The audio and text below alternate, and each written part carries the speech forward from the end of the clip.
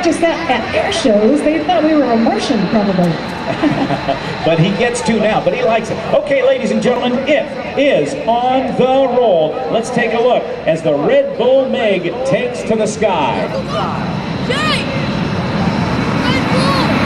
They say Red Bull gives you wings, folks, and I think this is what they mean right here. Smoke on that is Bill Reesman.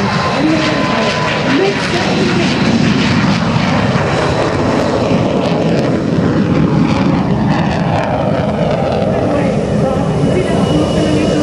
Yes, I believe it. They're actually little pods that I'm flying my plane, believe it or not. People think they're going all the time, but they're like more than the aircraft itself, probably. No kidding. Well, you know, that's one of the things about the MiG-17 line of airplanes. They were built very inexpensively, very, very ruggedly, though, weren't they? That's right, and in Korea, the MiG-15 predecessor was 10 to 1 in our favor, and this one got up there dropped to 1.5 to 1, so it was almost 1 to 1 ratio, except our aircraft probably cost $30 million, and that was probably 200 grand in the whole country. Yep, it was designed to operate out of the most austere conditions. As a matter of fact, when he taxis back, you'll be able to see a little vertical bar in the intake and a hole in it. They could actually put rope or chain in there and hook it up to an ox to pull it out of the mud. Hey, does anybody have a cow out there? Come on, somebody's got a ranch somewhere, right? We can just simulate that. I think that'd be a good air show act. There's a cow, a baby out there. They were like a tank with a set of wings. He's going to lift it up in the air. Now that swept wing was really, really important. The first swept wing fighter, his predecessor, the MiG-15, first swept wing fighter to actually see combat. Yeah, and you know, I think they had 44 different countries, so there's many different field jobs on these things. And the Russians have an air show act just like our Thunderbirds out there. They're red on top and silver on the bottom, but they are Festo A's, no afterburner. And this one has an afterburner, and we got to talk about Bill. What was that? 15 years ago, we do a test flight every year for our jets to make sure there's no fuel in any cracks or any issues. So right about there, that point, there's Bill, and baboom! On fire, 40-foot flame, and he's like, my goodness, I can still fly this thing, there's still power. So he's able to land it, and then he broke the world's record for a 52-year-old man at a 100-yard dash. And you wouldn't believe that airplane. It's at a museum in Minto, Oregon. Wow. A testament to that. There's no fuel in the wings, by the way. All in the fuselage. Now the afterburner, in case you don't know what that is a method by which you can increase the thrust of the engine dramatically to get a kick in the pants, to get into a fight or out of a fight very, very rapidly by pouring raw jet fuel into the exhaust. It also uses up fuel at an alarmingly fast rate, so you don't have much time in afterburner, but the afterburner and the Red Bull MiG is really distinctive. Yeah, I get the feeling he might be lifting up his shirt and showing us that belly right now. Come on, belly. Well, there it is, that Bowman sign. Isn't that pretty? You haven't seen that, have you? Yes.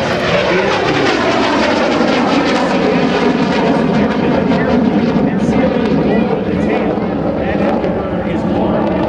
What you can't see, well, there it is. Look at it. You can see a huge long flame. At night, you see how long it really is. It's about 40 or 50 feet long, isn't it? Oh, he's in the world's biggest blowtorch. You cut that thing in half, and literally it is all engine. And I'm like, man, you got some binoculars on you to fly that thing. Indeed. And he'll bring it around from the right one more time.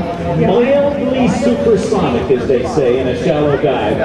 We're not going to get supersonic here because it would set off all the car alarms. The dogs would be howling and break the windows, and that would be the end of Bill Reesman's career as a Red Bull MiG pilot. Listen, Disneyland lost a lot of revenue when that plane came out behind it because we can't get him out of that thing. He likes the thrill rides, doesn't he? This is our flat show, unfortunately, folks. Because of the ceiling, but let's take a look and let's take a listen to the Red Bull MiG.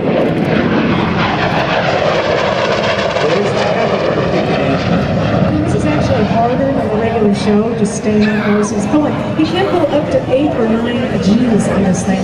He does wear a G suit. We don't talk to him because there's some bad noises going on in there because you have to grunt and keep all the blood in your head by constricting your muscles. And man, he's going to come over the top of us, so we're going to get a good look at that VK1F Plymouth engine with the afterburner in the back. Here we go. Over your shoulders, everybody. Let's take a look. Here comes Bill Reesman in the Red Bull MiG-17.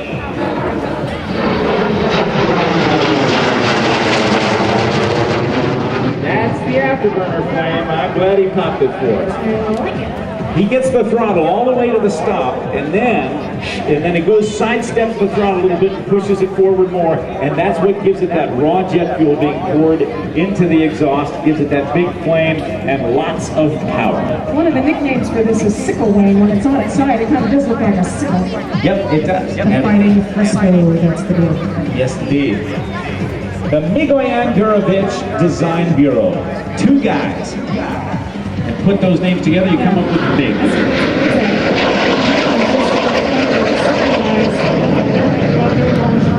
Yeah, it's capital M, big G, and that is it. Migoyan Design Team, and I don't think this is what they had in mind when they designed this aircraft. Do you guys?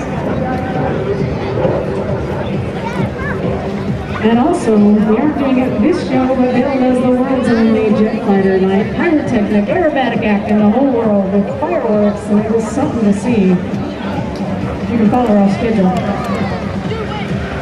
think we're only doing about 10 minutes this year. We have a MiG-17, like I said, 2-seater. That guy's got really well. You really are getting blisters in blood.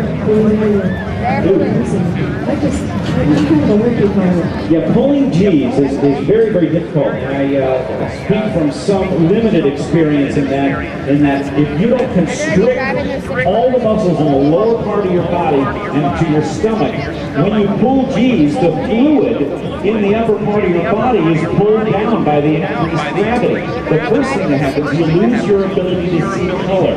And then you start losing your peripheral vision. And then as it continues to get gray, you get tunnel vision. And all you can see is straight ahead. And the next thing you know, you're taking. You know, there's 3 cannons on the nose of the aircraft we should talk about. It is 2 23 millimeters and 1 big dog, 37 millimeter. And these things are almost like Indy cars. They don't have a lot of fuel, by the way. But we come from California, that's where we're from. It's going to take us 11 to 12 hops to get this thing on the West Coast to East Coast and back, and that's close to $50,000 fuel. Wow, it does eat up a lot. I don't think the kids are going to college as long as we have that airplane. Well, you have some choices to make, Julie. I think we're taking up a collection. There's some good hats over there, those black and white hats. Come on, board out. Yeah, we'll work it. We'll fly for fuel. You know, Bill was also an airline pilot, maintenance test pilot, owns his own fleet of aircraft. He's been flying 50 plus years. Would you believe that? He doesn't look it. No, he doesn't look like he's 50. And, he must be the Jack Benny of the airship business. 39 years and a whole day. Oh, can we tell him that? That would be great. Now we've got our flaps down here down, speed brakes out. By the way, hopefully tomorrow we'll see the show. Much more interesting. But this gets him really slow. We try and fly formation. I'm too slow, he's too fast. People get a roll, that's right. Now this is different. This is difficult and this is challenging and somewhat dangerous if it's not performed perfectly. The dirty roll, you can see the speed brakes out, the wheels are down, the flaps are extended, the gear comes up, the flap comes up, and let's see if he retracts the speed brakes. You can see them there in the aft part of the fuselage. Those were used to help slow the jet down because these things just really wanted to keep on slipping through the sky very, very fast. Yeah, and you kids, you know how you put your hand out the window and your mom and dad get really mad at you because it's like flopping around in the wind? That's exactly how it works. And they just stick out there and they slow them down really good because when we were flying with our corporate jet, he'd get a little head speed on us and he would slow down really quick. Just Yep, those the boards, as the Navy calls them, speed brakes operated in United States military aircraft by a thumb switch on the throttle. I don't know where it is in that jet, though. Hey, it is. It's actually on the throttle. You know, it's interesting though. This airplane is very much like it was when it served what the Polish Air Force. Is that correct? This is a Polish Slim 5, and real quick as he lands, picture this. The stick actually has the braking mechanism, not the rudders. So you can always tell a really good MiG pilot if he stays straight on the runway there and watch and see if he holds that nose up. There he goes, show off. And down, and that's how you do it on a flat show. And a great flat show it was. Bill Reesman, look at the tail on it, the slant of that tail. What a formidable looking airplane. And when it was painted camouflage and working in the skies over Vietnam, you said it almost equaled the kill ratio of the American planes against which it flew. Yeah, there was a $10,000 reward for anybody that could